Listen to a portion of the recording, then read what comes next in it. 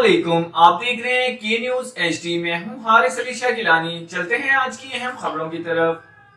ताजा तरीन खबरों से बाखबर रहने के लिए हमारा चैनल सब्सक्राइब कीजिए। रुक करेंगे साहिवाल का। आल पंजाब नेजाबाजी मुकाबलों में खग्गर रावी नेजाबाजी क्लब की पहली पोजीशन। तफसीलात के मुताबिक उकाड़ा जिले इंतजामिया ने जेर एहतमाम होने वाले आल पंजाब नेजाबाजी मुकाबले में मुनक्कद हुए, जिसमें जेर सरपरस्ती पीर गोहर फरीद शाह खग्गा और टीम के कप्तान मलिक इस्माइल सगला की टीम रावी नेजाबाजी क्लब ने पहली पोजीशन हासिल की।